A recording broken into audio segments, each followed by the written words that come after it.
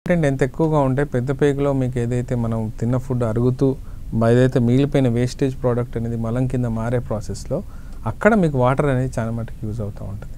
ఆ water content ఎంత ఎక్కువగా ఉంటే ఆ పెద్ద పేగు అంటే మామూలుగా చిన్న పేగు పెద్ద పేగు కలిపి దాదాపు 22 అడుగులు ఉంటుంది. ఆ 22 అడుగుల మీద అది ట్రావెల్ చేస్తూ రావాలి. ఆ ట్రావెల్ చేసి వచ్చేటప్పుడు ఆ తయారయ్యే విమానంలో మనకు వాటర్ ఎక్కువ అవైలబుల్ ఉందనుకో మోషన్ హార్డ్నెస్ తగ్గిపోయి కొంచెం మెత్త లెవెల్లో ఉంటుంది. అందువల్ల మీకు మోషన్ వెళ్ళేటప్పుడు ఈజీగా ఉండే అవకాశం ఎక్కువ ఉంది.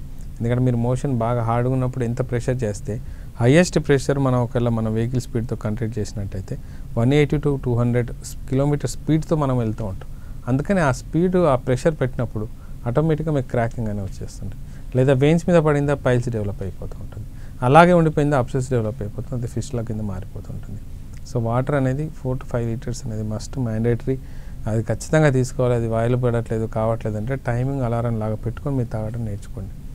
చిన్నప్పుడు బేబీ ఫీడింగ్ ఎవరైతే మదర్ మిల్క్ లేకుండా బేబీ మిల్క్లో లేకపోతే ఫుడ్ డైట్ ఆర్టిఫిషియల్ ఫుడ్ మీద ఎవరైతే ఉన్నారో వాళ్ళకి ఖచ్చితంగా కాన్స్టిపేషన్ వచ్చే అవకాశం ఉంది. సో అలాంటి పిల్లలు ఇంకా జాగ్రత్త పడాల్సిన అవసరం ఉంటుంది.